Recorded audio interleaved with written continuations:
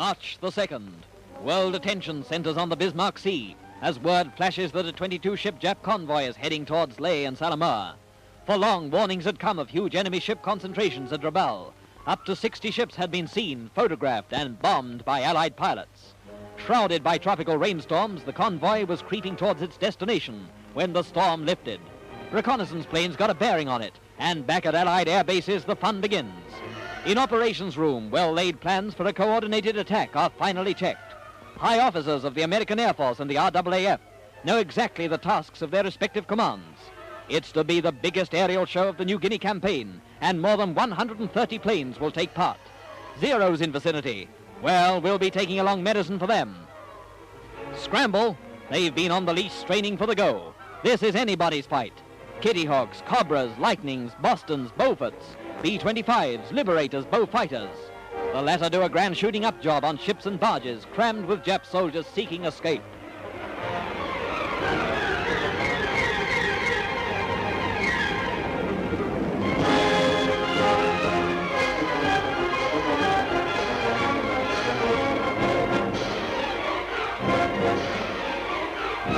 From bases further back, majestic flying fortresses climb into the sky.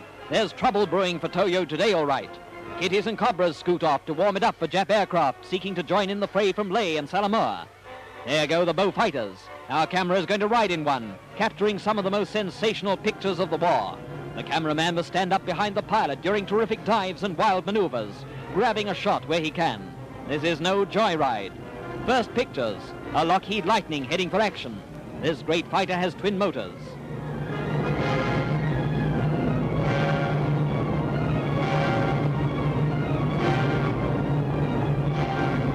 There's a keen tenseness through all the air crews.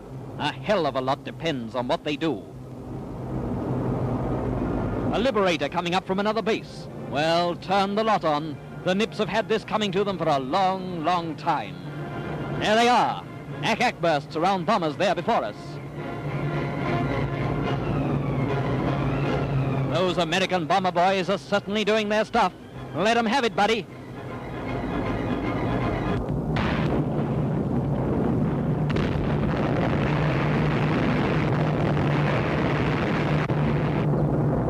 Now it's the Bow Fighters' turn, scudding in over the sea at mast high level. This is it, boys. Give her the gun. Here we go.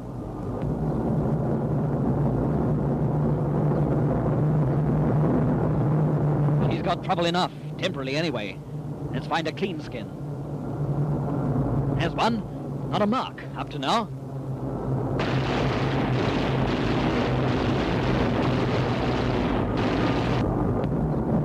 Nice shooting, Skipper. They're feeling awful sick. They're throwing back plenty of dust. And lead is whistling all around.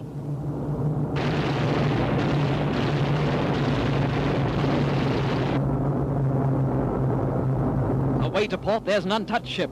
To starboard are others, not so happy about the war. That's a fire they won't put out. Remember Manila, Hong Kong, Nanking, and a few others, Mr. Nippon? You'd better duck.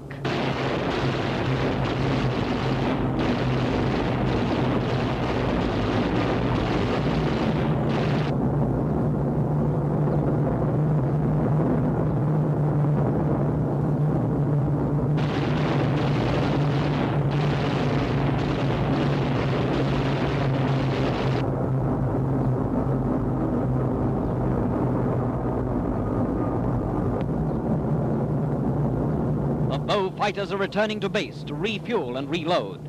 The American crews are bringing their bombers in for the same purpose. But as they come in, others go out. There's no rest for the unhappy Nips.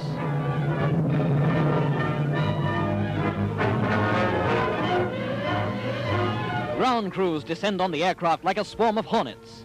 They don't get much of the glory, but boy, they do a job. Bombers take on their eggs. Machine gun ammunition is wanted in huge quantities. Cannon shells. That's what we've been pumping into those Jap ships. They're off again. But there are no ships left to sink. They got the lot. 22 ships in 2 days blitzing, 10 warships and 12 transports. There's plenty of work to do just the same. The convoy carried 15,000 Jap troops destined to reinforce Salamaua. There's plenty of them left, in lifeboats and barges dotted over the sea.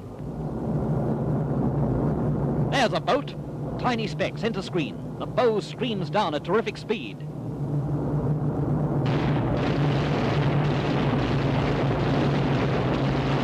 Miss.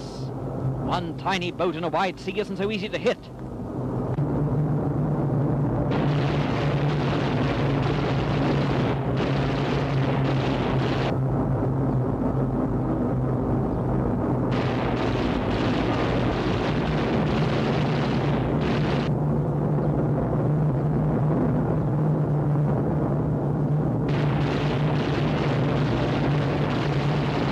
Bullseye. And more Japs meet their ancestors. Show's over, boys, and the ships are heading home. A bit of insolence for the coves in a neighboring bow, which is heartily reciprocated. And Torchy, the pilot, takes a victory swig. Good hard stuff, too. Water. The fighters are coming back with victory rolls. 55 Nip planes were shot out of combat, as many more heavily damaged. It's been a great day for the Yanks and Aussies. We have achieved a major victory, said General MacArthur, of such completeness as to assume the proportions of a major disaster to the enemy. And here's some of the men who achieved it. American bomber crew, grand types of youngsters who didn't miss a trick. And the boys of the RAAF who flew alongside them in a magnificent cooperative effort. Up in New Guinea has grown a marvelous spirit of camaraderie between the Yanks and the Aussies. They get along. Let's meet some of them. Major E. Larner of San Francisco, Mitchell pilot. Wing Commander B.R. Blackjack Walker of Adelaide. Lieutenant Gordon McCoon, New York City, B-25 pilot. Captain C.L. Jones of South Carolina, Lockheed Lightning pilot. And Major H.T. Hastings of Texas. There's a spot of cross-kidding going on here. Hey, any of you guys see any nips out there this morning? It was raining nips out there. Well, you ought to know. These blokes were shooting them off your tail. What do you mean? Gee whiz. You're flitting all over the sky there trying to follow you in. Well, what do you expect? Well, listen, old boy, look, you want to remember my age. I'm getting an old man. By Jove, I'm getting old. Just look at that. It was a cracker show from beginning to end.